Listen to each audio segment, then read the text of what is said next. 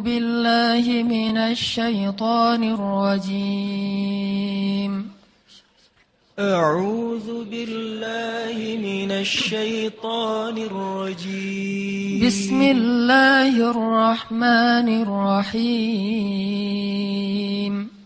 بسم الله الرحمن الرحيم اقترب للناس حسابهم وهم في غفلة معرضون اقترب للناس حسابهم وهم في غفلة معرضون ما يأتيهم من ذكر من ربهم محدث إلا ما يأتيهم من ذكر من ربهم محدث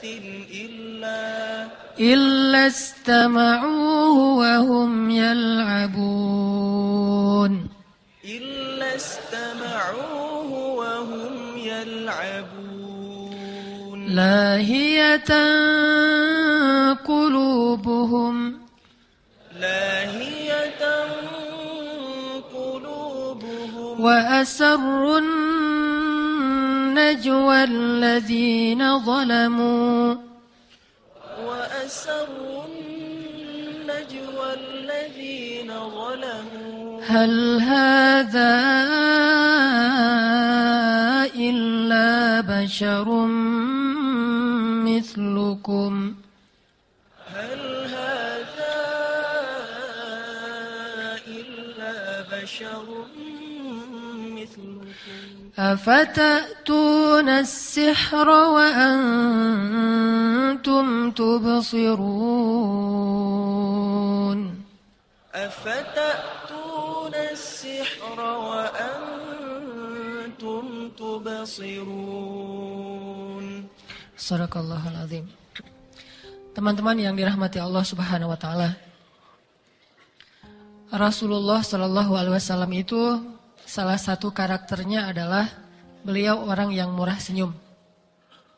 Sampai Jarir bin Abdullah, salah seorang sahabat, menyampaikan, setiap kali Nabi melihat saya, Nabi selalu tersenyum.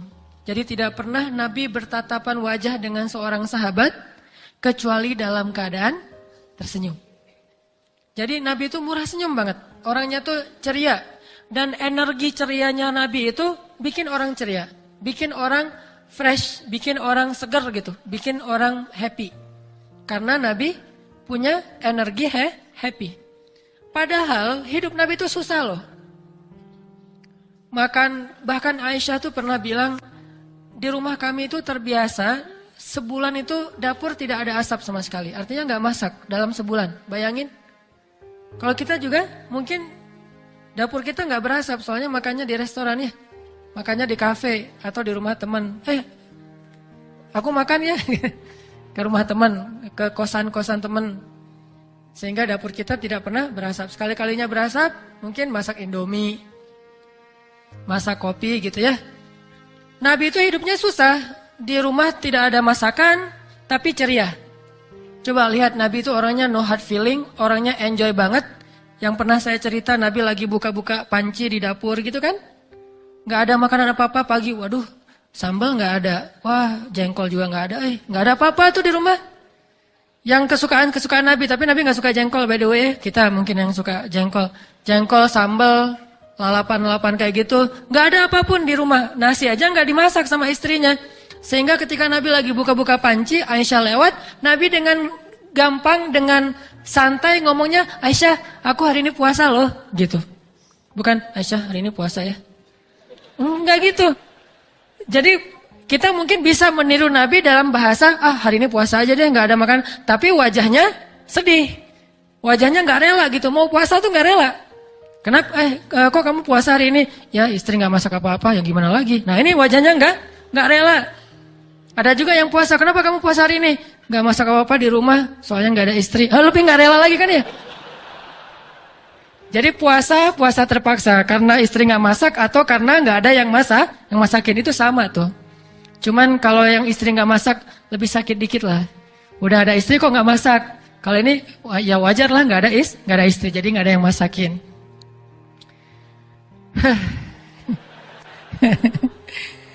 Kayak gitulah ya pengalaman dulu. Dulu pas saya masih pulang dari kampus tuh di Al-Azhar kan belum nikah. Kalau pulang tuh mikir, aduh harus pulang habis ini harus masak lagi, Jadi pulangnya udah capek mikirin masak. Kalau sekarang mikir kok nggak pulang-pulang pengen cepet pulang, ya beda. Kalau dulu mikir harus masak, harus segala macam. Kalau udah pas liburan nyuci baju kan seminggu sekali tuh, bukan sebulan, seminggu sekali lah nyuci baju gitu. Itu beban banget. Sekarang alhamdulillah beban. Karena dicuciin terus kan jadi beban gak enak tuh. Pengennya kita yang nyuciin, cuman gak ada waktu. Karena waktunya dipakai untuk ngegombal. Intinya adalah hidup Nabi itu susah. Tapi Nabi enjoy banget. Jadi aura Rasulullah itu happy, aura qanaah, aura syukur nikmat kepada Allah itu kelihatan dari wajahnya yang berseri-seri. Ketemu sahabat, senyum gitu. Kalau kita senyum juga kenapa? Ada maunya, boleh gak aku makan di rumah kamu? Gitu kan? Kalau Nabi Mas senyum karena pengen menyebarkan kebaikan. Jadi kata Jarir bin Abdillah, tidaklah saya bertatapan wajah dengan Rasulullah kecuali Rasulullah pasti tersenyum ke arah saya. Jadi Nabi itu orangnya murah senyum. Kalau ada yang semakin belajar sunnah semakin susah senyum, pasti dia nggak ngerti sunnah nih.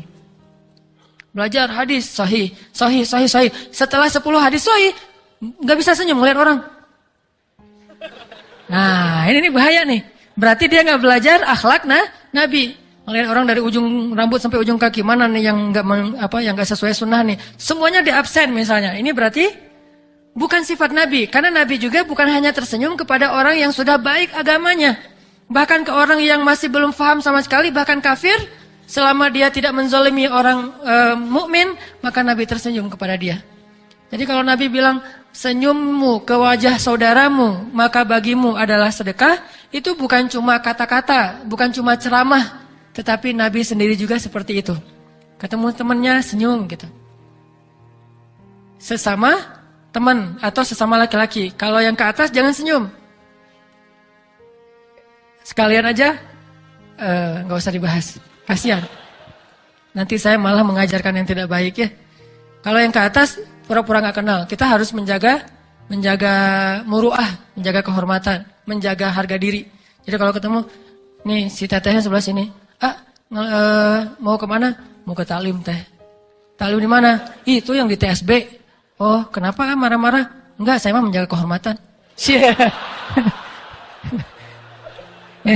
Jangan gitu-gitu amat juga ya, biasa aja.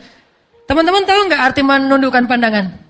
Ghaddul basar kan istilahnya, menundukkan pandangan. Menundukkan pandangan itu artinya nggak boleh ngelihat ke lawan jenis dengan hawa nafsu.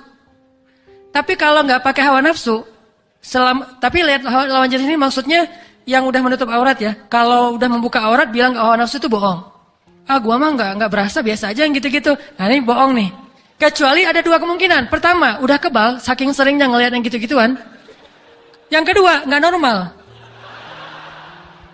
Ada dua kemungkinan. Dan kayaknya kalau nggak normal, nggak mungkin juga. Soalnya dia kayaknya gagah gitu. Cuma sekarang banyak yang gagah juga, agak-agak gimana. Gua mah biasa aja kalau ngeliat yang gitu. Lo aja yang pikirannya kotor. Bukan kotor, dia masih bersih. Makanya saking bersihnya, yang gitu-gitu mah peka. Jadi kalau ada orang yang, aduh astagfirullahaladzim, itu masih bersih. Kalau, biasa aja lah. Neng gimana? Nah ini berarti udah kotor nih. Kalau dia vulgar, tapi kalau udah menutup aurat, nah tetap harus menundukkan pandangan. Cuman arti menundukkan pandangan di situ ngelihatnya nggak boleh pakai desire, nggak boleh ada hasrat apa-apa. Makanya kita harus membedakan. Jadi kalau ada kadang-kadang dengan teman kita dia udah menutup aurat, udah sempurna, biasa aja lah, nggak usah. Dengan teman juga, kita rapat yuk. Ya, yuk kita rapat. Udah rapat aja, rapat organisasi gitu kan. OSIS, ROHIS segala macam. Udah aja yang satu duduk menghadap, daripada kita susah ngeliat bawah, udah kita menghadap sana satu ke sini satu. Udah aja rapat Pak tonggong-tonggong gitu Saling membelakangi kan ya. Waduh, rapatnya nggak seru banget tuh. Jadi ngomongnya sambil ngelihat ke tembok masing-masing. Bukan gitu-gitu amat juga ghadul basar teh. Atau menghadap cuman ke bawah, nggak harus kayak gitu. Kecuali kita takut, nggak sanggup untuk menjaga perasaan. Berarti baper, baper. Ngomong lihat ke bawah, baper ya, gitu kan. Kalau nggak baper mah biasa aja, teh gimana? Biasa kan? Tapi jangan pura-pura biasa. Nanti pas sudah dia pergi, nangis. Kenapa? Kenapa nggak saya nembak ya, gitu ya? Nyesel gitu. Tadi mah jaim, pas orangnya udah pergi nyesel. Kenapa saya nggak mengutarakan isi hati? Intinya, ghadul basar itu jangan menatap, melihat dengan hasrat. Tapi kalau biasa aja ke teman, maka tidak harus menundukkan pandangan, tetapi tetap kita lebih tahu dan nggak boleh membohongi Allah. Allah Maha Tahu. Sehingga kalau nggak gitu pura-pura mungkin gitu, nggak usah fokus, jangan lihatnya. Ya teh, siap. Ini apa nih? Pernah jadi pramuka ya? Nggak usah ngelihat juga terlalu fokus, terlalu tajam sampai bikin orang GR. Santai aja. By the way, balik lagi ke tadi. Intinya adalah Rasulullah itu orangnya santai, senyum. Boleh nggak kita senyum ke lawan jenis? Boleh, tetapi jangan berlebihan. Wah, bahaya. Atau yang ceweknya juga, cewek lebih harus hati-hati lagi tuh senyum kepada cowok. Soalnya senyuman cewek itu adalah racun. Iya, madu dan racun. Jadi manis sih, tapi mematikannya. Dia senyum, gitu. Langsung. Baru dibilang A, belum B, C, D, E. Baru satu huruf, udah kelepek-kelepek gitu.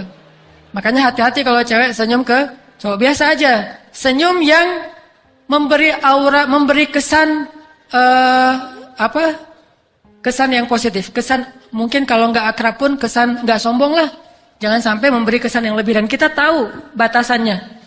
Pasti kita ngerti banget nih. Mana senyum yang membahayakan. Mana senyum yang masih wajar. Pasti kita tahu. Dan susah untuk didefinisikan. Oh, senyum yang membahayakan itu kalau senyumnya. Nggak mungkin kan didefinisikan kan ya. Kalau yang wajar. Justru yang wajar barusan tuh bahaya tuh. Udah senyum matanya kedap-kedip. Ini bahaya. Jadi boleh kita senyum ke lawan jenis, tetapi selama masih wajar. Senyum yang memberi kesan, oh ya dia mah orangnya nggak sombong, gitu aja. Tetap kita lebih tahu batasannya. Dan Nabi SAW orang yang murah senyum. Dan Nabi bukan hanya tersenyum kepada laki-laki saja. Bahkan kepada perempuan yang bukan muhrim beliau pun, beliau tersenyum selama tidak berlebihan. Jadi kalau ada perempuan datang kepada Rasulullah, kenapa?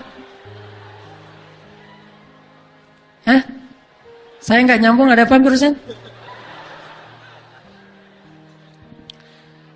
Ya. Oh, kerjaan kameramen.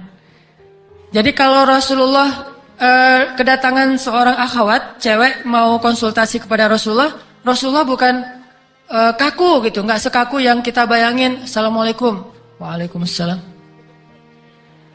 Masya Allah. Nggak gitu-gitu amat. Rasulullah biasa aja, mangga masuk gitu. Ya Rasulullah gitu. Sesungguhnya Allah tidak malu terhadap kebaikan kan ya Rasulullah? Ya kata Rasulullah, emang ada apa? Perempuan ini nanya, gimana cara membersihkan haid ya Rasulullah? Kata Nabi, ya dibersihin, kata Nabi. Santai aja enggak? Entah. Mau bahas itu ya? Jangan sama saya dong. Enggak gitu-gitu amat, biasa. Ya dibersihin, kata Nabi. Sewajarnya. Kata perempuan ini karena dia juga enggak ngerti. Ya tapi gimana caranya Rasulullah? Ya dibersihin aja, kata Rasulullah. Tapi gimana? Coba. Kata Rasulullah, ya dibersihin. Ya Rasulullah, maksudnya how to. Kalau bahasa kita teh, gimana caranya? Akhirnya ditarik sama Aisyah, dibawa masuk ke dalam. Baru Aisyah yang mengajarkan fikih khusus untuk perempuan. Gitu aja. Jadi Nabi nggak berlebihan juga, tapi juga nggak sampai menjadi orang yang kaku. Tersenyum, ini sifat Nabi. Dan Nabi itu orangnya periang. Sahabat kalau dekat sama Nabi itu happy gitu, senang gitu. Apalagi kepada anak-anak. Anak-anak kecil tuh senang banget sama Rasulullah. Tapi kalau lagi senang sama Rasulullah, tiba-tiba lewat Umar, pada diem semuanya tuh. Umar. Jangankan anak kecil, setan aja takut, apalagi anak kecil gitu ya. Ini Umar. Tapi nggak salah juga sifat Umar. Karena ketika nanti Umar jadi khalifah, anak-anak kecil juga pada paham ternyata Umar itu orangnya nggak seserem yang dicitrakan. Tetap aja pada waktu tertentu dia tegas, di waktu yang lain dia orang yang sangat bijak. Jadi yang pertama teman-teman, poin kita adalah bercanda itu adalah sunnah Nabi. Karena Nabi juga kadang-kadang bercanda. Karena Nabi juga kadang-kadang bercanda. Pernah gini nih, ini contoh bercandanya Nabi. Tapi intelek banget, pakai logika. Orang kalau nggak ngerti nggak akan ketawa. Jadi kalau nanti nggak ada yang ketawa, berarti nggak ngerti. Maksa orang ketawa ya. Jadi candaan Nabi gini, Nabi lagi naik, lagi mau melakukan satu perjalanan. Nah, ada sahabat yang mau ikut jihad sama Nabi. Ini bayangin bercanda dalam suasana perang. Kan Nabi suka ngumpulin kendaraan, onta, segala macam buat para sahabat yang miskin yang nggak punya kendaraan kayak mau pergi ke Tabuk gitu. Nah waktu itu ada seorang laki-laki miskin dan dia badannya agak gemuk. Dia bilang gini, ihmil nih ya Rasulullah bawain saya dong atau beri saya tunggangan dong Rasulullah, saya pengen berjihad tapi nggak punya tunggangan kalau bahasa kita. Cuman bahasa singkatnya ihmil nih ya Rasulullah, bawa saya Rasulullah bawa saya. Kata Nabi, ya saya akan bawa kamu, tapi kami akan memberikan kamu anak onta. Kata Nabi, kami akan berikan kamu anak onta. Dia langsung, aduh gimana dong? Dia nggak bayangin. Nanti kalau perjalanan jauh, naiknya anak onta, saya lebih gede daripada anak ontanya. Gimana dong? Kan kasihan anak ontanya. Kan ada adegan tuh. 2 orang, ini yang di Al-Fulailah 1001 malam. Ayah sama anak naik keledai kan? Terus orang-orang bilang, aduh nggak berperi keledaian. Orang keledai dinaikin berdua, aduh nggak kasihan sama hewan. Oh gitu ya, akhirnya ayahnya turun, anaknya yang naik. Wah anak kurang ajar nih, ayahnya dibiarin jalan kaki, dia naik keledai. Oh gitu ya, akhirnya ayahnya naik, anaknya turun. Wah ayahnya nggak sayang sama anak, akhirnya dua-duanya turun. Wah ada keledai nggak dinaikin. Salah aja ya. Nah dia ngebayangin, duh naik anak onta. Sedangkan badan saya besar, perjalanan jauh. Ya Rasulullah gimana nih? Akhirnya Nabi tersenyum. Para sahabat yang lain yang pintar-pintar senyum. Akhirnya Nabi bilang apa? Bukankah setiap onta itu adalah anak onta? Ini candanya Rasulullah SAW. Bukankah setiap onta itu adalah anak onta? Walaupun udah dewasa, tetap aja anak onta. Oh gitu. Tawa semuanya. Ini mau berangkat jihad loh. Nabi sempet-sempetnya godain sahabat yang badannya besar, pengen dapat kendaraan. Nabi bilang, ya udah kami kasih untuk kamu anak onta. Ya Rasulullah, anak onta? Bukankah setiap onta itu anak onta? Pada ketawa semuanya. Ini candanya Rasulullah. Nggak seserius yang kita bayangin. Tetapi kalau waktunya serius, Nabi paling serius. Waktunya nangis, Nabi yang paling menangis dan takut kepada Allah. Intinya harus balance. Sifat Nabi itu sangat tawazun, sangat balance, sangat istimewa, sempurna. Ini candaan Nabi yang pertama. Ada lagi candaan Nabi yang terkenal tuh sama seorang nenek kan datang kepada Nabi, ya Rasulullah, doakanlah saya supaya masuk surga karena doamu mustajabah. Kata Nabi, tapi nggak ada perempuan, nggak ada nenek-nenek di dalam surga teh. Kata Nabi, gitu ya Rasulullah. Nabi nggak mau membiarkan dia lama-lama, ntar dia putus asa bunuh diri kan. Tapi nggak ada nenek-nenek seperti kamu di dalam surga, kata Nabi. Dan bahasa teks hadisnya, perempuan ini nangis. Ya Rasulullah, astagfirullahaladzim, kemana tuh ya Rasulullah? Gitu, nangis perempuan ini. Sebelum dia nangis hingga gerung, Nabi langsung bilang, soalnya kamu nanti jadi gadis di surga. Wah, ketawa gitu. Kayak gitu. Dan itu nggak disebut menggoda nenek-nenek. Biasa aja gitu kan. Wah Rasulullah godain nenek-nenek, nggak cukup dengan yang perawan. Nggak, Rasulullah mah biasa. Dan nggak ada niat untuk ngegodain, nggak ada hasrat, nggak ada apa-apa. Tapi tetap Nabi pengen membahagiakan orang yang datang ke beliau. Nggak usah serius-serius amat. Lagi pula Nabi ngelihat orangnya. Pasti nenek-nenek ini dekat sama Rasulullah. Makanya Rasulullah bercanda. Kalau baru kenal langsung dicandain kan bahaya tuh. Wah Rasulullah kayaknya ada hati ini sama saya. GR kan? Daripada si nenek-nenek GR teh. Kan kasihan. Udah nenek-nenek GR pula. Jadi dia yang tadi mungkin masih ada waktu seminggu lagi hidup, jadi tinggal sehari lagi gara-gara kegeeran dan gak kecapaian. Ternyata Rasulullah gak gitu-gitu amat. Dia cerita ke temannya, Rasulullah tadi candain gua loh, gitu. Gitu? Emangnya kenapa kalau dicandain Rasulullah? Ya kan jarang Rasulullah ngodain candain cewek. Saya dicandain loh sama Rasulullah. Kayaknya nih Rasulullah ada hasrat. Kegeeran loh segala macam, kan kasihan. Makanya Nabi tahu ini nenek-nenek ini orang yang dekat dengan beliau. Yang laki-laki tadi mungkin dekat dengan beliau. Jangan ketemu orang candain, kasihan. Gak semua orang boleh dicandain. Makanya Nabi juga termasuk orang yang kadang bercanda tetapi tidak berlebihan, sehingga bisa kita simpulkan bercanda itu adalah sunnah Nabi. Pada dasarnya ya, bercanda itu adalah sunnah Nabi. Orang Islam itu harus serius tetapi bukan berarti kaku. Kadang juga bercanda. Tapi walaupun dia sunnah Nabi, teman-teman, ada nggak sih etika-etika bercanda yang membuat kita tidak melanggar syariat, tetap berpahala? Kalaupun tidak berpahala, minimal tidak nambah dosa. Ada, Nabi mengajarkannya, dan dalam beberapa cerita juga bisa kita simpulkan. Pertama, bercanda juga harus pakai niat ternyata ya. Niatnya harus benar dulu. Apa niat yang benar kalau bercanda? Kira-kira apa? Nawaitu bercanda, bila. Harus gitu? Enggak kan ya? Enggak harus dipakai nawaitu kalau mau bercanda teh. Tar dulu, belum niat. Niat dulu, baru canda gitu. Kita mau ngobrol sama teman lagi nongkrong gitu. Mau hari, mau ngacapruk nggak jelas gitu, ntar dulu ya. Nawaitu ngacapruk gitu, kan nggak ada niatnya kayak gitu ya. Dia nih maksud niat di sini adalah kita bercanda itu untuk membahagiakan hati orang lain. Karena Nabi bilang amal yang paling disukai Allah itu adalah sururun tudkhiluhu fi qulubil mu'min, membahagiakan hati seorang mukmin. Kadang-kadang saya ngelihat banyak teman-teman, ini mah kadang-kadang buat teman-teman sendiri aja, lagi capek, lagi lelah bekerja, lagi stres mungkin, lagi banyak masalah, lagi diputusin, lagi nggak dapat, belum diputusin juga, ada yang banyak kasih dia hadiah. Hadiahnya bisa dengan posting sesuatu yang lucu, tetapi tidak menghina siapapun. Pas dia buka mungkin alhamdulillah jadi dapat seneng gitu, yang tadi mau sedih jadi ketawa. Itu sedekah. Nyenengin hati teman kita, sedekah. Kita kirim video-video secara japri, video yang lucu-lucu gitu. Kayak kemarin saya ngeposting misalnya anak yang lagi dicukur, tiba-tiba ngantuk, dan sebetulnya itu bukan video orang lain. Saya juga dulu suka kayak gitu. Kan ayah saya mah tukang syukur.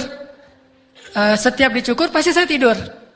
Dan pas udah bangun tiba-tiba udah gundul. Nah, itu kebiasaan saya dulu, dan ternyata ada video yang lucu banget. Akhirnya saya share sehingga banyak yang komen, alhamdulillah terhibur Ustaz, tadi udah ngantuk, tadi udah males, tadi udah hampir stres segala macam. Itu namanya membahagiakan hati seorang mukmin. Tetapi dengan syarat jangan bercanda kecuali sesuatu yang masih positif. Jangan sampai menjatuhkan kehormatan orang lain. Makanya kalau kita bilang ada pertama dalam bercanda itu niatnya dilurusin dulu. Pengen ngebahagiaan hati teman. Bercanda dengan istri, ngelihat capek hari ini istri, candain. Tapi mencandai istri lebih gampang daripada mencandai teman. Kalau bercandain teman ada batasan-batasan, takutnya dia tersinggung. Kalau istri hampir tidak ada batasan. Hampir tidak ada batasan. Ya. Nggak tahu ya nanti.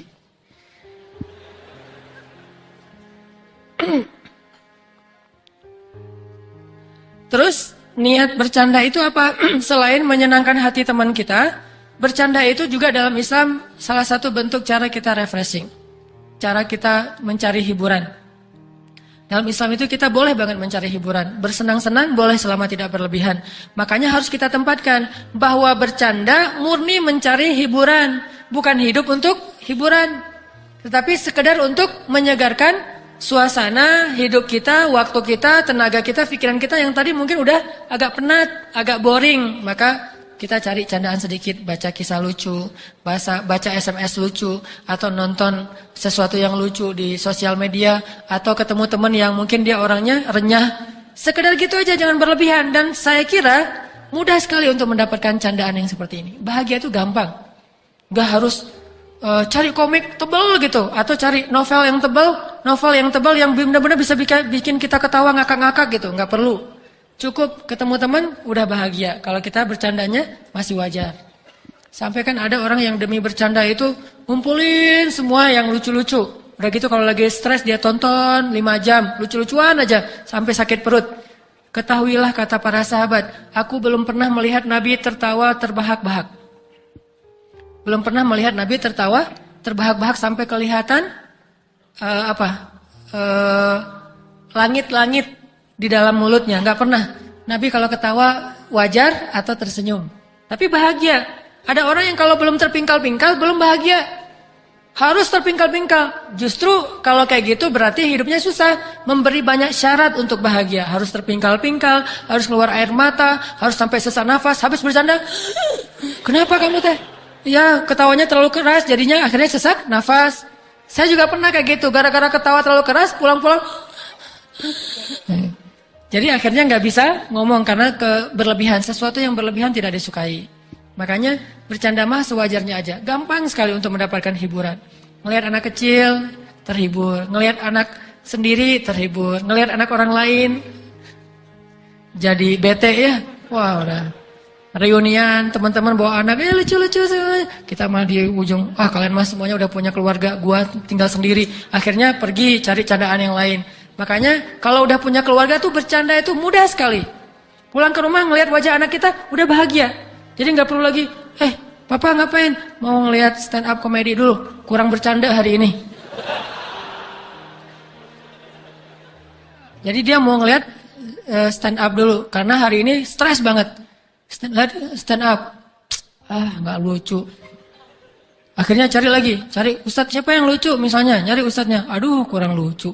Akhirnya hidupnya susah banget. Ngeliat anak-anaknya ketawa-ketawa dia. Susah banget buat dia bercanda. Nih orangnya kayaknya udah overdosis nih. Overdosis guyon. Kalau udah nggak dikasih yang banyak banget dia nggak berasa. Kayak orang pakai obat-obatan sedikit, nggak berasa. Kayak orang makan, kan kalau kita jajan di luar tuh suka dikasih pecin banyak tuh ya. Sampai 2 sendok pecin. Kalau dikasih sedikit nggak berasa, Mang, tambahin pecin. Ada yang ibu-ibu sama keluarganya lagi makan bakso di dekat di sebelah saya. Nambah ke depan itu bukan nambah kuah, bukan nambah mie, bukan nambah sayur, nambah pecin, bayangin. Padahal yang saya tahu baksonya udah dikasih pecin, kuahnya udah ada pecinnya, gurih pula dengan kaldu. Ditambah lagi pecin dengan si Mang 2 sendok. Dia merasa kurang, nambah lagi sendiri. Mang nambahin pecin. Begitulah candaan. Ketika kita terbiasa overdosis, hal-hal yang biasa kita nggak akan terhibur. Orang lain ketawa, apaan sih gitu aja ketawa. Nah berarti udah overdosis tuh. Nonton, lucu ya. Dari sebelah mana lucunya? Nggak lucu perasaan gitu. Nonton film misalnya cek toko sebelah gitu. Nggak lucu biasa aja. Nah berarti udah overdosis. Ya gitu deh. Lucu nggak sih? Mungkin lucu gitu ya. Pura-pura belum nonton. Nah itu aja. Intinya adalah jangan sampai kita memberi syarat candaan saya itu lucu kalau nonton Mr. Bean. Udah nonton Mr. Bean yang paling konyol, udah jahil banget dengan mukanya yang nggak pura-pura nggak bersalah kayak gitu. Ada orang yang lagi dibalut perban kan ya, terus dia gini-gini di sebelahnya, tangan saya mah bebas bisa ngapa-ngapain, kamu mah tangannya kaku gitu kan. Baru dia ketawa terbahak-bahak sendiri. Nggak harus kayak gitu-gitu amat. Mencari hiburan itu mudah. Kadang-kadang mencari hiburan hanya dengan melihat wajah anak kita yang lucu, yang polos, udah terhibur. Alhamdulillah pulang ke rumah ngelihat anak lagi main puzzle, ngelihat anak lagi main boneka-bonekaan atau mobil-mobilan. Udah selesai hiburan. Jangan bilang hari ini belum dapat hiburan. Enggak, udah cukup. Berarti kita niat bercanda itu adalah untuk menghibur diri sendiri. Bukan menjadikan bercanda itu sebagai aktivitas utama kita. Itu yang pertama. Adab. Ini udah azan? Udah ya? Jadi teman-teman ada 2 poin dulu ya sebelum sholat isya. Pertama, bercanda itu sunnah Rasul. Kalau tidak berlebihan. Kedua, niatnya harus benar. Bahwa kita pengen ngebahagiain hati teman kita. Atau kita pengen sekedar menghibur supaya tidak terlalu kaku dan stres. Kalau itu niatnya insya Allah bercanda kita itu sudah sesuai dengan sunnah. Poin kedua tadi yang kita bahas. Bahwa harusnya bercanda itu bisa jadi hadiah buat teman kita yang lagi galau, lagi sedih, yang susah move on, yang pengen survive dalam satu masalah, dalam satu musibah. Harusnya bercanda itu jadi hadiah. Nabi itu pernah menghadiahkan bercandanya loh sama sahabat. Nama sahabat itu kalau nggak salah Zahid. Jadi Nabi pernah ceritanya Zahid lagi belanja di pasar. Bukan lagi belanja sih, lagi bantuin tuannya belanja di pasar. Zahid ini kebetulan budak. Budak yang harganya sangat murah. Tapi dia orangnya solih, namanya aja Zahid, sangat zuhud. Sedangkan nilai dia di mata orang-orang Arab pada masa itu murah karena dia lemah. Bukan budak yang bisa diharapin buat gantiin tuannya berperang. Karena orang dulu mah kalau nggak bisa berperang pakai budak. Sama kayak sekarang misalnya nggak bisa ngeronda. Pakai siapa gitu bayarin gitu ya untuk ngeronda. Dulu mah nggak bisa berperang antar suku pakai budak dibayar atau pakai budaknya sendiri yang memang kuat. Zahid mah nggak bisa dipakai untuk berperang, nggak bisa pakai untuk ngegembalain apa-apa, cuma pembantu biasa aja. Kalau ke pasar dipakai di rumah, jadi murah harganya. Suatu hari ketika Zahid sedang di pasar, Nabi datang dari belakang melukin Zahid.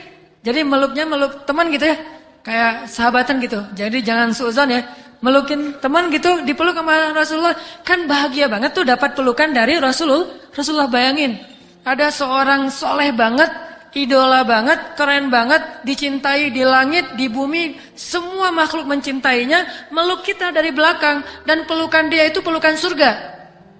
Allah aja cinta kepada laki-laki ini, apalagi seluruh makhluk Allah Subhanahu wa taala. Dipeluk sama Rasulullah itu anugerah yang luar biasa. Didoain, dipeluk, dicandain, disenyumin. Dapat senyum Rasulullah itu kalau nggak GR itu ada yang kelainan tuh. Harus GR kalau disenyumin sama Rasulullah. Karena itu bahagia banget, anugerah banget. Dipeluk sama Rasulullah dari belakang. Setelah dipeluk, Nabi bilang, ada yang mau beli budak ini? Kata Nabi ke orang-orang di pasar. Wahai orang-orang Arab, ada yang pengen beli budak ini? Zahid bilang, kan orang pas Nabi bilang gitu ngeliatin, ada apa? Oh, budak itu, gak jadi deh, gitu.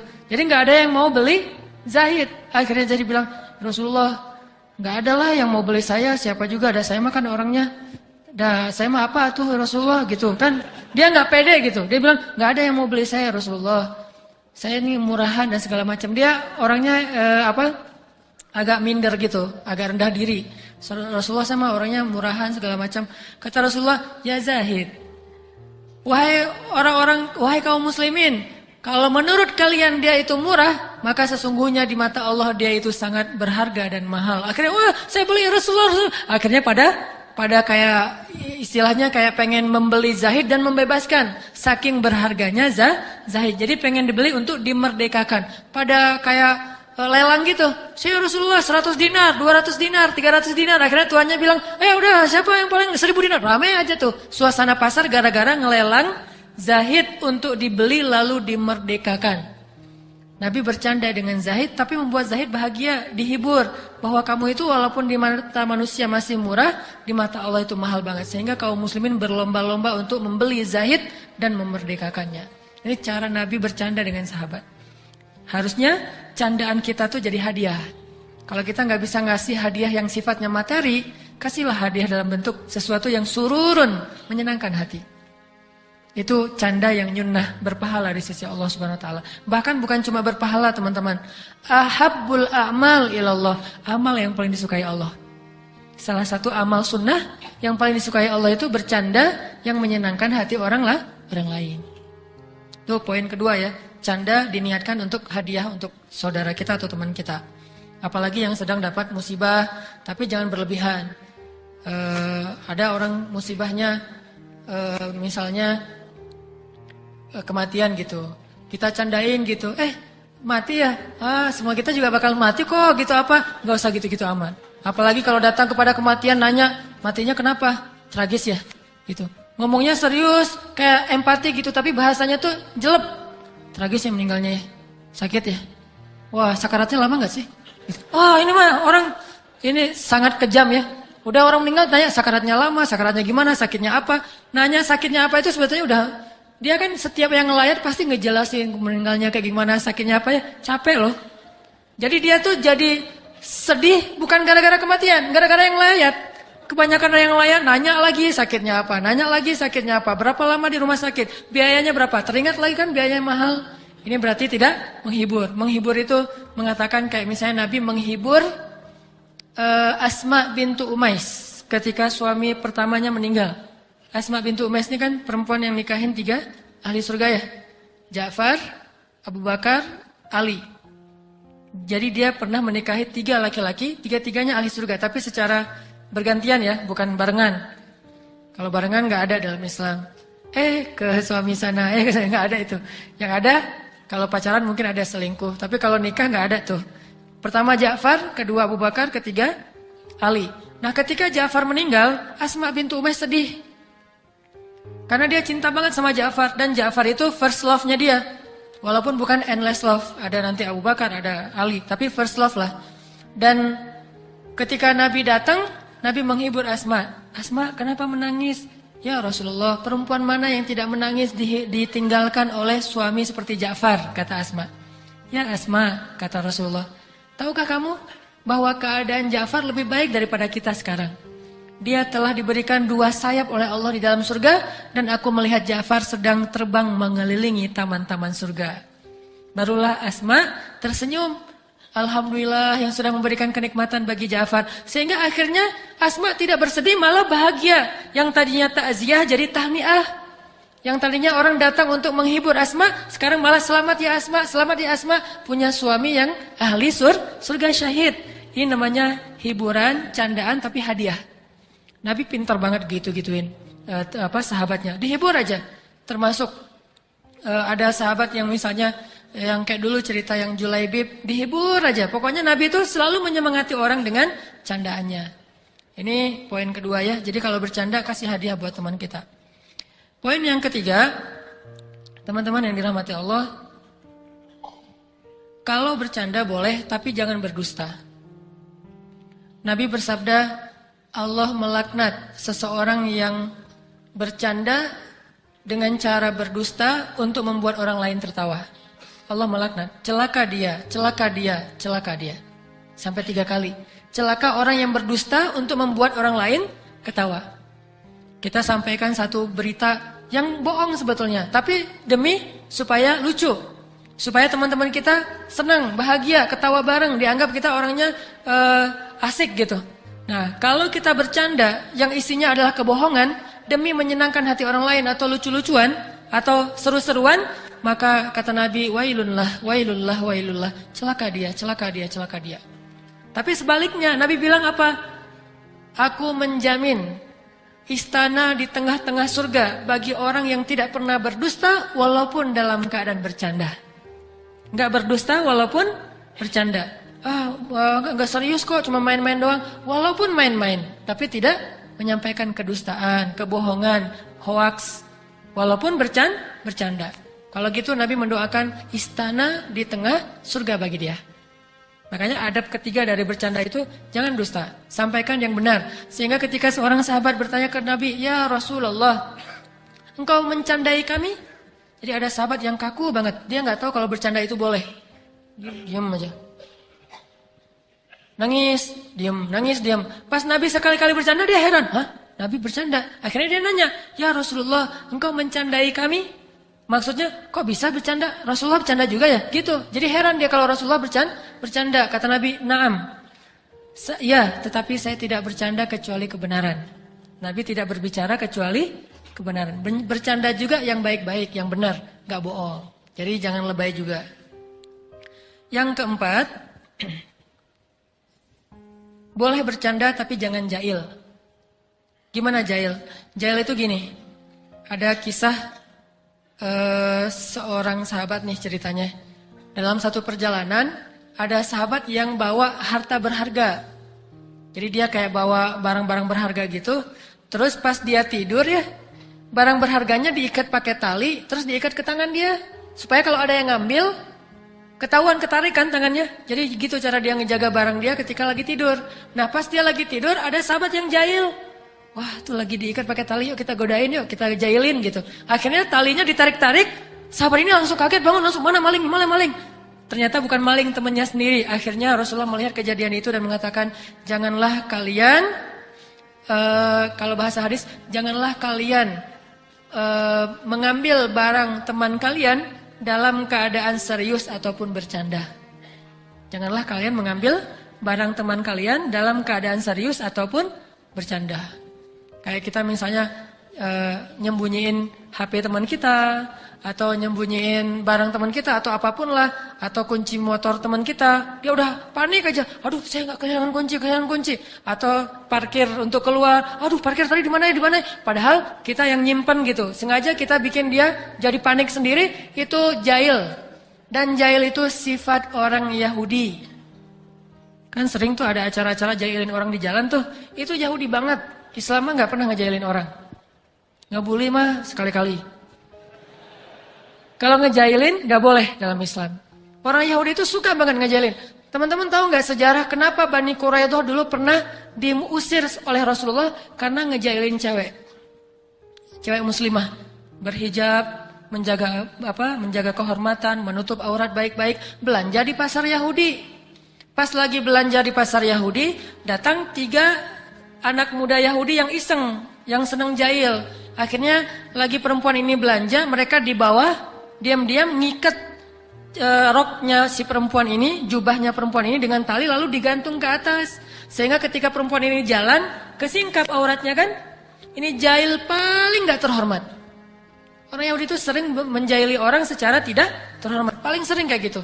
Apalagi cewek yang diperlakukan kayak gitu. Itu gak boleh banget dalam Islam. Nabi langsung marah besar. Nah, diikat roknya, lalu ditaruh di ikatannya ke atap gitu, ke atas. Pas perempuan ini jalan, tersingkap auratnya, mereka ketawain. Katanya menutup aurat, ternyata kelihatan tuh auratnya. Jadi malu kan dia, nangis. Terlihatlah kejadian ini oleh seorang laki-laki, pemuda Islam.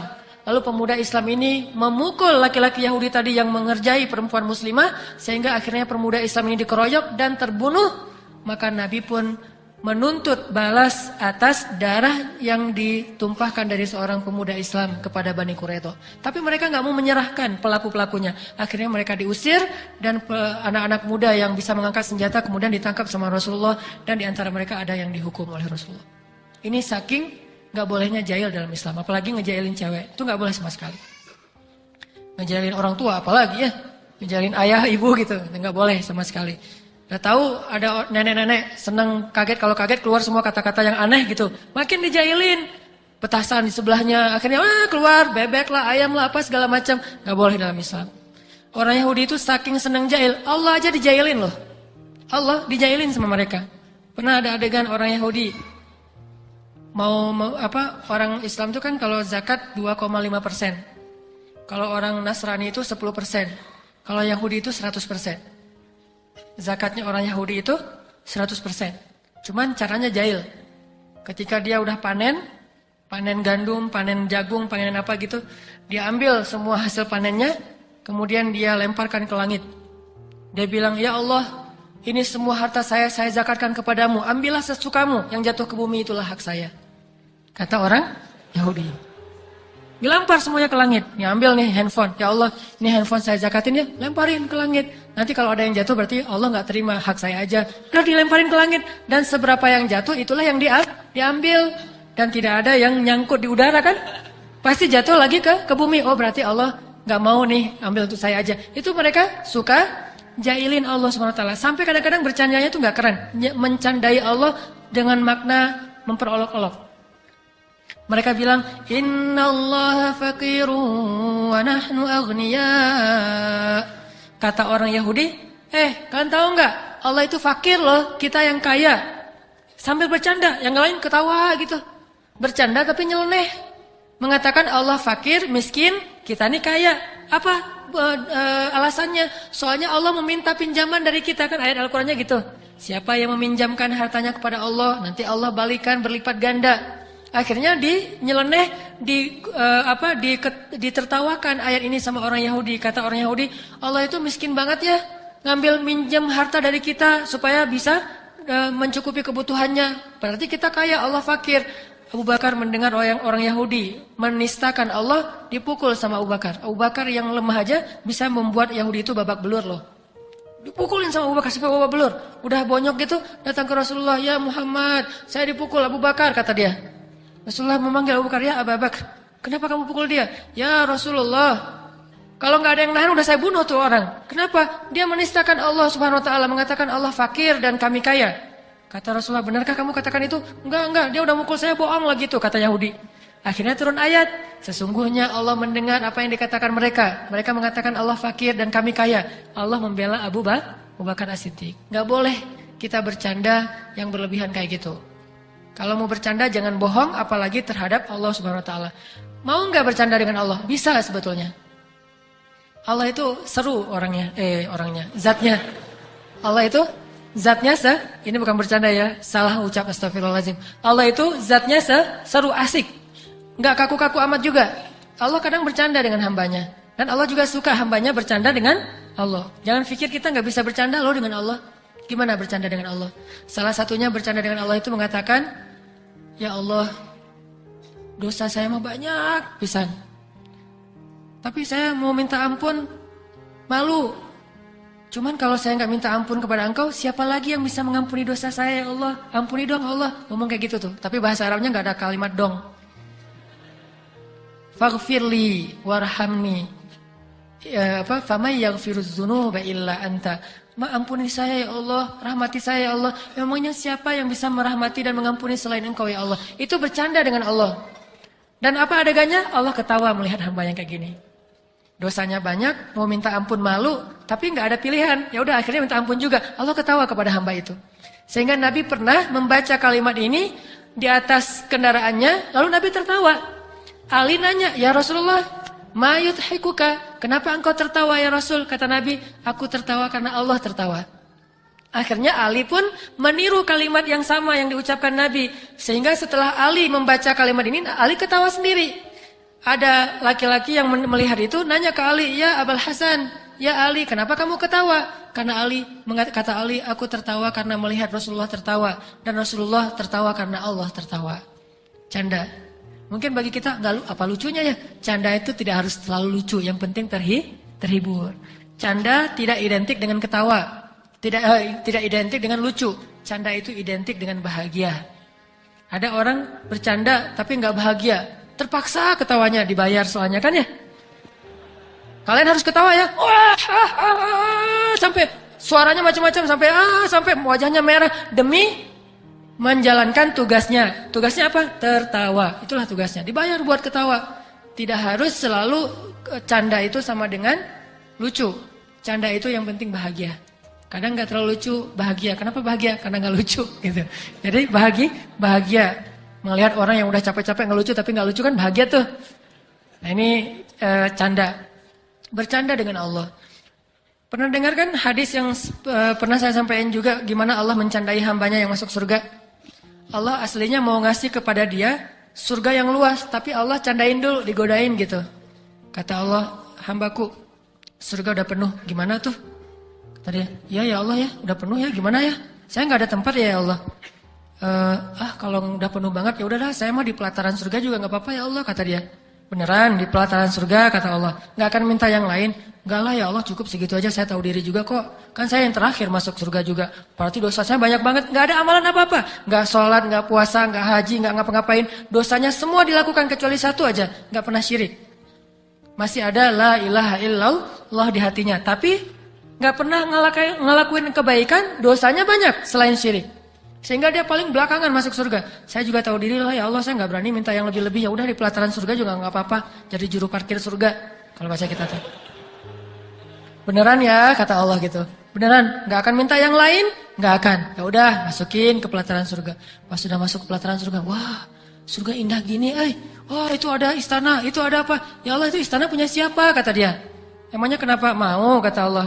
Boleh nggak ya Allah minta satu aja istananya, kata dia. Tadi katanya nggak akan minta yang lain. Udah ya Allah itu mah terakhir, satu aja udah cukup. Benar ya nggak akan minta yang lain? Benar ya Allah. Akhirnya dikasih istana itu. Begitu udah dikasih istana, dia jalan-jalan pakai kereta cahaya gitu keliling-keliling gitu lagi touring gitu kan ya di dalam surga teh. Touring terus off-road gitu. Lagi touring-touring ngelihat ada istana lebih keren lagi tuh. Lebih keren daripada istana pertama. Kalau yang pertama istananya itu di depannya rumput, sekarang istananya di depannya itu kolam. Wah bagus nih, kolamnya danau lagi, terus ada boat, ada yang narik lagi, ada papan, wah kan seru tuh. Allah boleh nggak yang itu? Kenapa? Soalnya itu ada papannya. Saya udah lama tuh nggak nyoba papan, cenah. Beneran nggak akan minta yang lain. Tadi katanya yang tadi terakhir, nggak cukup dua aja ya Allah, nggak akan minta yang lain. Gitu aja terus sampai akhirnya dikasih yang ketiga, yang keempat, sampai yang kelima. Baru dia bilang udah cukup ya Allah, saya benar gak akan minta yang lain. Bagaimana kalau saya kasih 10 lagi kata Allah. Beneran ini ya Allah. Masih nanya beneran, berarti mau. Akhirnya dia diberikan 10 kali kerajaan bumi. Itu orang yang terakhir masuk surga. Tapi Allah candain dulu. Karena Allah itu zatnya asik, seru. Gak sekaku yang kita bayangin. Tapi kepada siapa? Kepada hamba yang Allah cintai. Kalau kepada hamba yang Allah benci, Allah itu syadidul iqab. Maha keras siksaannya. Jadi balance. Intinya adalah kalau bercanda jangan dusta. Kepada Allah apalagi bercanda yang jujur, dan canda kepada Allah itu kata para ulama adalah dengan mengucapkan subhanallah, alhamdulillah, Allah akbar, itu canda dengan Allah. Kalau kita ngelihat alam semesta yang indah, kita bilang, Masya Allah, itu canda sama Allah. Kayak kita, karena Allah senang dipuji. Dan Allah layak untuk senang dipuji. Karena hanya Allah yang paling layak untuk dipuji. Jadi kalau kita pengen nyenangin Allah, walaupun itu memang kewajiban kita, tetapi Allah tetap ngasih pahala, bilang, Masya Allah, Subhanallah, itu Allah senang banget. Dan kalau Allah udah senang, ridha, Allah akan membahagiakan kita dengan banyak kebaikan yang melebihi kebaikan kita. Jadi canda dengan Allah itu Subhanallah, Masya Allah, La ilaha illallah, itu canda dengan Allah. Itu poin yang ke berapa? Keempat. Nah, poin yang kelima, ini juga penting teman-teman. Ternyata ya, kalau kita mau, kan orang bercanda teh pengen semangat lagi nih, biar nggak bosen. Bercanda mah untuk menghilangkan sedih, bercanda mah untuk menghilangkan stres, bercanda supaya dapat energi baru kan. Ternyata ada yang lebih efektif daripada bercanda kalau kita pengen semangat lagi. Kalau kita pengen survive dari sebuah masalah, ada yang lebih efektif daripada bercanda. Walaupun bercanda itu boleh. Apa yang lebih efektif? Menangis. Menangis itu, menitikan air mata itu lebih powerful daripada tertawa. Cuman kita sering memilih tertawa daripada menangis. Sama kayak orang lebih senang minum kopi, walaupun minum kopi itu boleh, daripada minum air putih. Padahal lebih menyehatkan minum air putih. Cuma kan gak ada sensasinya. Tapi kalau kita bisa mengubah mindset kita, kalau orang teman-teman nanya, ngopi yuk gitu kan gitu ya. Minum air putih yuk kan gitu ya. Bisa gak sih kita ngomong kayak gitu? Nah ini mengubah mindset nih. Kalian lagi ngapain? Lagi minum air putih. Pasti dibilang, gak seru ah. Kalau kalian lagi ngapain? Lagi ngopi. Di mana? Di kafe. Lagi ngapain? Lagi minum air putih. Di mana? Di beer house. Di beer house minum air putih. Kan? Ini kan keren nih. Minumnya air putih. Di beer house minum air putih. Di kafe minum air putih. Kalau yang masih beer house ya. Tapi kalau bisa nggak usah. Terus di tempat dimanapun lagi. Hari ini belum minum air putih gitu. Bukan hari ini belum ngeteh, belum ngopi. Pagi-pagi dihidangin kopi sama istri kita. Papa mah sekarang udah gak minum kopi. Papa mah malamnya menangis, siangnya minum air putih, kan gitu ya. Wah itu keren tuh, malamnya nangis, siangnya minum air putih. Berarti papa udah gak bercanda dong. Enggak menangis gitu. Jadi air mah nangis sambil tersenyum. Mana nangisnya ya. Coba kita ubah mindset dari boleh minum air putih, tetapi boleh minum kopi, tapi yakinlah air putih lebih baik daripada kopi. Makanya Nabi mengatakan air itu tahurun, air itu bersih dan membersihkan. Air itu bersih dan membersihkan. Dan memang secara medis, secara kedokteran, secara biologi juga air putih paling baik untuk tubuh kita. Sangat menggantikan energi tubuh kita. Tapi kalau kopi sensasi tuh, walaupun tetap baik kalau nggak banyak gulanya. Yang masalahnya kalau kebanyakan gula. Jadi gula yang dikopiin, bukan kopi yang digulain, saking manisnya. Nah, bercanda dengan menangis juga ibaratnya sama. Boleh bercanda, tapi porsinya cuma seperti minum kopi. Jangan minum kopi aja, habis makan ngopi, sebelum makan ngopi, mau jalan ngopi aja sehari sampai 2 liter. Ada nggak sih orang yang ngopi 2 liter dan sehat nggak sih? Ngopi kalau segelas, secangkir masih sehat nih. Apalagi kalau kopinya kopi bener. Bukan kopi yang gitu, kopi yang asli gitu ya. Kopi yang benar asli disimpan selama 100 tahun misalnya. Itu kan sehat tuh. Udah gitu baristanya keren lagi. Secangkir 2 cangkir dalam sehari masih wajar. Bayangin kalau ngopi sehari 2 liter. Kan gak sehat kan? Sedangkan minum air putih minimal berapa liter sih? 8 gelas. Gelas yang mana dulu nih? Bebas aja ya. Nah kalau air putih sehari 2 liter kan sehat. Melancarkan ginjal kita juga jadi sehat. Melancarkan pencernaan segala macam lah. Auranya juga jadi segar gitu. Sedangkan kopi kebanyakan justru jadi eksotis kayak kopi kan ya. Kenapa kok Ustadz warnanya eksotis banget? Saya senang ngopi gitu misalnya. Kalau yang kurang eksotis berarti senang coklat. Kalau yang sangat tidak eksotis berarti senang susu. Apaan gitu ya. Intinya kebanyakan kopi itu tidak sehat. Sama seperti kebanyakan bercanda. Bercanda sewajarnya, oke. Bercanda secangkir, bercanda 2 cangkir. Tapi bayangin kemana-mana bercanda. Sama kayak orang kemana-mana bawa botol aqua tapi isinya kopi. Ngopi lagi. Nggak bagus juga buat jantung dia. Makanya sewajarnya perbanyaklah menangis. Karena menangis itu air mata kita menggugurkan dosa dan membersihkan hati yang kotor. Air mata itu seperti hujan. Kalau di Arab itu diibaratkan hujan itu membersihkan rumah, daun-daun dari debu. Karena mereka mah padang pasir, daun banyak yang berdebu dibersihkan oleh air hujan. Maka begitulah air mata membersihkan hati seseorang.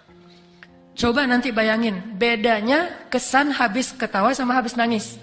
Habis ketawa, seru tapi capek. Ketawa, aduh capek juga ya ketawa ya. Capek kan? Tapi kalau menangis, insya Allah nggak akan capek. Kalau nangisnya karena dosa-dosa, nangisnya karena ingat Allah, nangisnya karena ingat akhirat, itu nggak akan capek. Justru habis nangis, semangat tuh. Beda banget kesannya habis nangis sama habis ketawa. Makanya ketawanya jangan kebanyakan. Nabi mengatakan, kalau kalian melihat apa yang aku lihat, kalian akan sedikit tertawa. Boleh ketawa tapi sedikit. Dan banyak menangis. Makanya kalau teman-teman belajar, saya juga lagi belajar nih.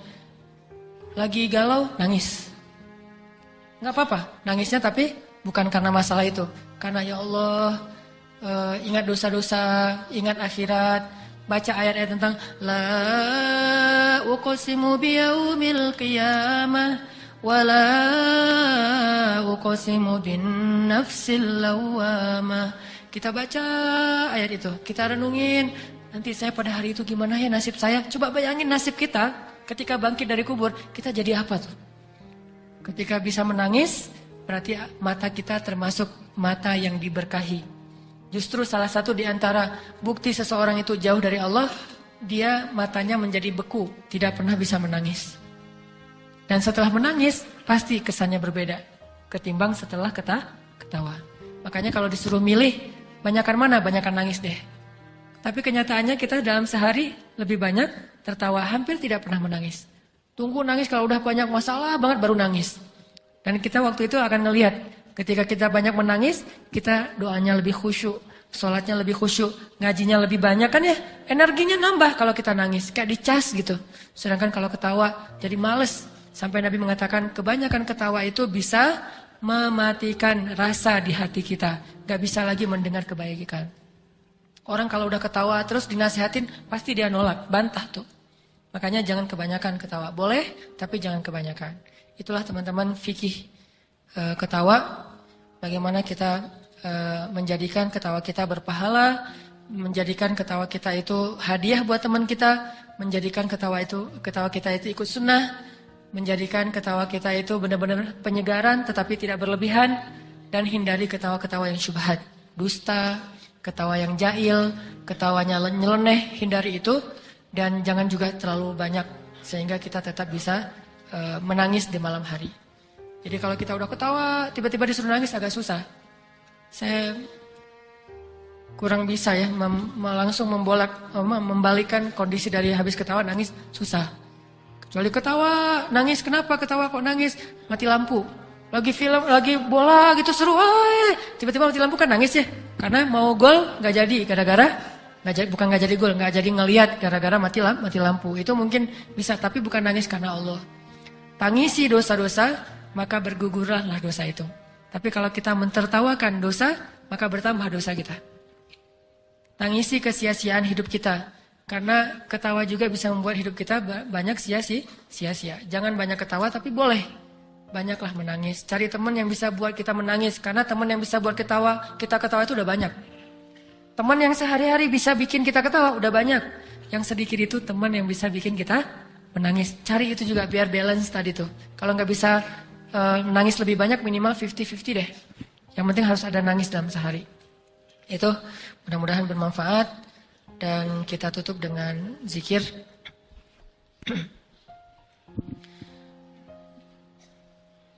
Subhanallah walhamdulillah wa la ilaha illallah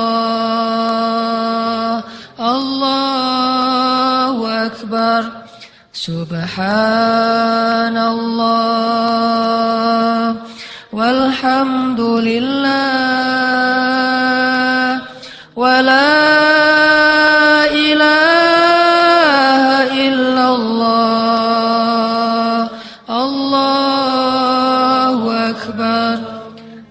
Subhanallah walhamdulillah wa la ilaha illallah Allahu akbar la ilaha illallah la ilaha illallah la ilaha illallah la ilaha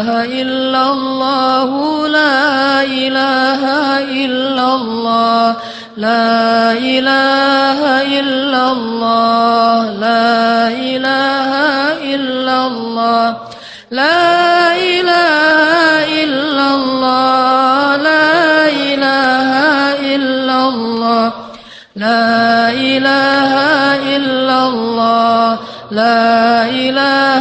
illallah la ilaha illallah la ilaha illallah la ilaha illallah la ilaha illallah la ilaha illallah la ilaha illallah la ilaha illallah la ilaha illallah la ilaha illallah ilaha illallah la ilaha illallah la ilaha illallah la ilaha illallah la ilaha illallah la ilaha illallah la ilaha illallah la ilaha illallah. Astaghfirullah Rabbal baraya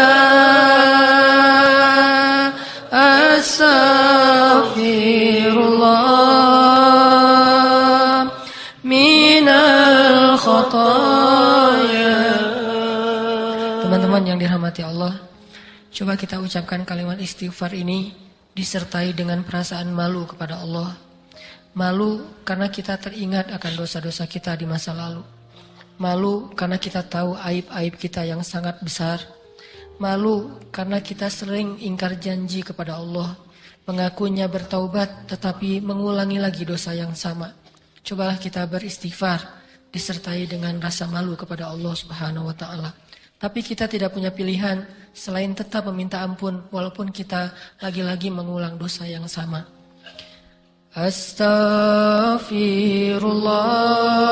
Astaghfirullah Rabbal baraya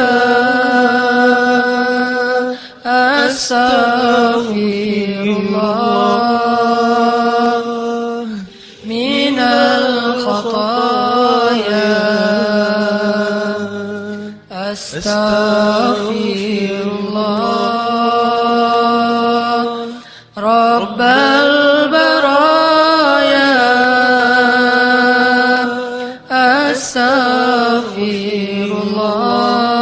Astaghfirullah minal khataya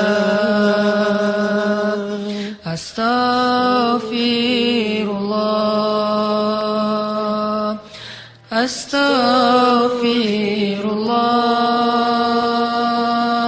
Astaghfirullah Astaghfirullah La ilaha illa anta Subhanaka inni kuntu minaz zalimin La ilaha illa anta Subhanaka inni kuntu minaz zalimin. Ya Allah ya Arhamar Rahimin, ampunkanlah dosa kami ya Allah. Kami sadar bahwa dosa kami tidak terhitung jumlahnya ya Allah. Tapi kami percaya bahwa Engkau Maha Pengampun dosa-dosa Meskipun dosa kami memenuhi langit dan bumi, ya Allah. Siapakah lagi yang bisa mengampuni dosa kami selain Engkau, ya Allah? Kami sering merasa sholat kami tidak khusyuk, pasti karena dosa-dosa, ya Allah. Kami sering merasa malas dalam bertilawah Al-Quran, pasti penyebabnya karena dosa-dosa, ya Allah. Kami merasa pekerjaan kami susah, rezeki kami susah, pasti karena dosa-dosa, ya Allah. Kami merasa banyak sekali masalah dalam rumah tangga kami, pasti karena dosa-dosa, ya Allah. Kami merasa jauh dari orang-orang solih, pasti karena dosa-dosa, ya Allah. Kami merasa tidak baik hubungan dengan orang tua, pasti karena dosa-dosa, ya Allah. Kami merasa kurang dan tidak bisa bersyukur, pasti karena dosa-dosa, ya Allah. Kami merasa malas dalam beribadah, pasti penyebabnya karena dosa, ya Allah. Tidaklah kami mendapatkan keburukan dalam hidup kami kecuali karena dosa-dosa, ya Allah. Kami yakin masih banyak dosa-dosa kami yang belum bisa kami tebus dengan amal solih. Seandainya kami mau menebus dosa-dosa kami, mungkin tidak akan cukup usia kami, ya Allah. Engkau yang Maha Pengampun dosa, ampunan-Mu lah yang kami harapkan, ya Allah. Ampunkanlah dosa-dosa kami, ya Allah. Sehingga dengan ampunan-Mu, Engkau ilhamkan kepada kami kebaikan dan ketaatan, ya Allah. Dengan ampunan dosa dari-Mu, Engkau mudahkan bagi kami dalam mencari ilmu, ya Allah. Engkau mudahkan bagi kami untuk bangun sholat subuh, ya Allah. Engkau mudahkan bagi kami untuk melangkahkan kaki ke masjid, ya Allah. Engkau mudahkan bagi kami untuk mencari pasangan hidup, ya Allah. Engkau mudahkan bagi kami untuk mencari rezeki yang halal, ya Allah. Tidak ada yang menyulitkan hidup kami kecuali dosa-dosa kami di masa lalu, ya Allah. Jika hari ini kami dapat banyak masalah, pasti penyebabnya adalah dosa-dosa kami di masa lalu yang belum terampuni. Ampunkanlah dosa kami, ya Allah. Siapakah lagi zat yang bisa mengampuni dosa sebanyak itu selain Engkau, ya Allah? Faghfir lana ya Rabbana, ampunkanlah, ya Allah.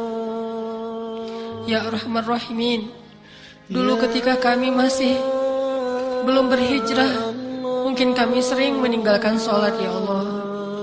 Mungkin kami sering melewatkan waktu subuh bahkan sampai hari ini, ya Allah.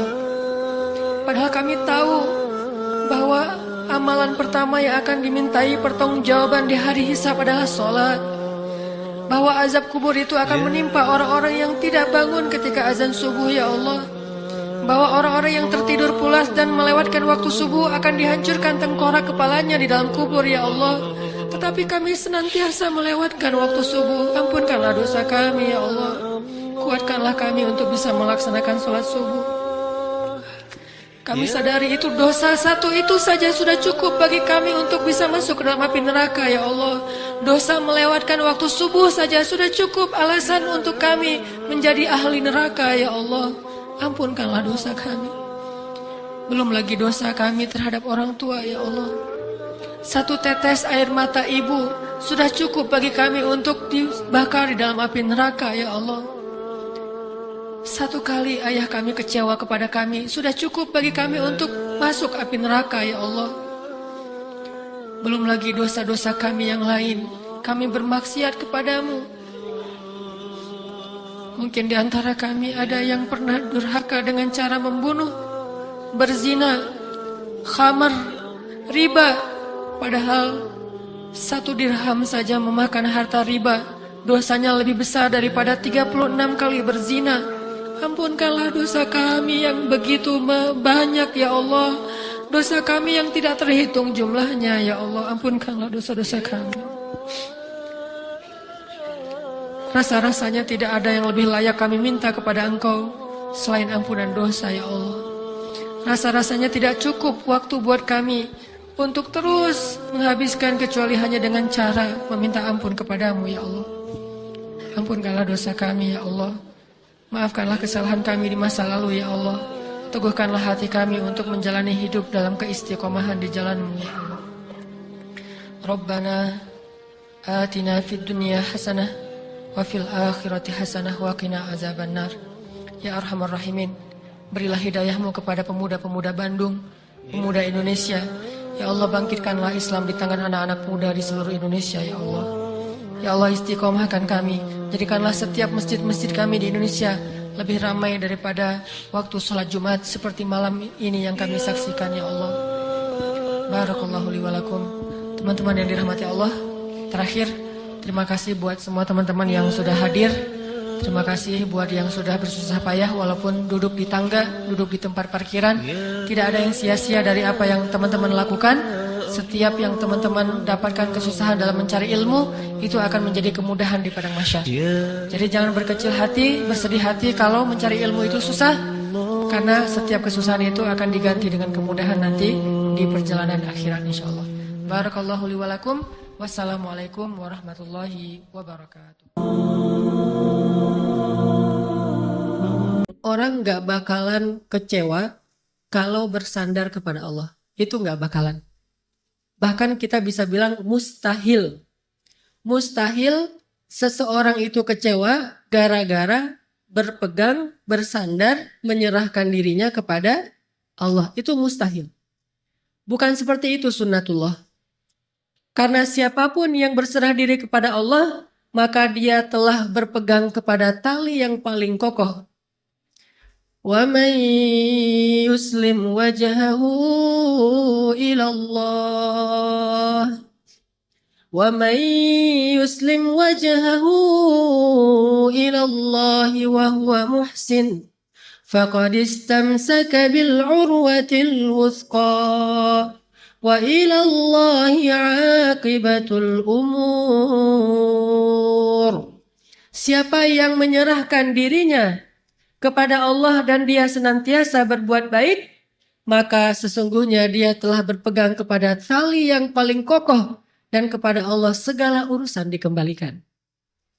Jadi nggak ada orang yang kecewa kalau dia berpegang kepada Allah. Masalah apapun, masalah rezeki, masalah jodoh, terutama yang kedua. Kalau kita bergantung kepada Allah dalam urusan jodoh, maka insya Allah kita nggak akan kecewa. Mak comblang yang paling baik itu adalah Allah. Kalau mak comblangnya Ustadz, kadang-kadang ngecewain. Ustadz, ini CV saya. Oh ya, kriteria yang kamu cari seperti apa? Saya emang gak susah-susah Ustadz, standar-standar aja. Ya standar yang gimana? Yang tingginya 180, yang kulitnya bening, sampai kalau minum kelihatan airnya ngalir gitu. Transparan. Kemudian yang hidungnya seperti pedang. Yang matanya seperti bidadari. Tahu mata bidadari? Besar dan sayu. Tapi nggak gelok. Nah ini kriterianya. Terus kata Ustadz, kalau yang kayak gitu Ustadz juga mau gitu ya. Akhirnya pas ketemu Ustadznya duluan yang ta'arufan. Ini kalau mak comblangnya manusia. Tapi kalau mak comblangnya Allah jauh lebih meyakinkan dan gak bakalan kecewa. Dengan kriteria apapun, wahuwa ala kulli syai'in qadir. Dan kalau Allah menjanjikan yang baik akan ketemu dengan baik, pasti innahu la yukhliful mi'ad. Allah tidak pernah mengingkari janjinya. Masalah apapun, kita harus mengandalkan Allah. Coba deh, selalu ngandelin Allah. Bahasa gampangnya gini, udah tenang aja, ada Allah. Itu. Dan kalau kita sudah melibatkan Allah, la yudayya'akallahu idzan. Itu pasti, Allah gak bakalan ngecewain kamu. Kalau udah ngandelin Allah, ini gimana nih? Udah, tenang aja, ada Allah. Allah tidak akan mengecewakan. Salah satu kalimat, udah tenang aja, ada Allah, adalah la tahzan. Innallaha ma'ana. Kalau kita ada teman lagi galau gitu, terus kita bilang, la tahzan, innallaha ma'ana. Kalau bahasa kita, woles bro, tenang aja, ada Allah. Santai bro, karena ada Allah. Itu bahasa Arabnya, la tahzan, innallaha ma'ana. Andalin Allah dalam masalah kita. Ada masalah apapun, serahin aja sama Allah. Bismillah, la haula wa la quwata illa billah. Bahkan kadang-kadang hanya dengan berzikir la haula wala quwata illa billah, Allah kasih keajaiban yang luar biasa. Karena setelah seseorang bersandar kepada Allah, la yudayya'anallahu idzan. Pasti Allah nggak akan ngecewain. Pasti Allah nggak akan ngecewain.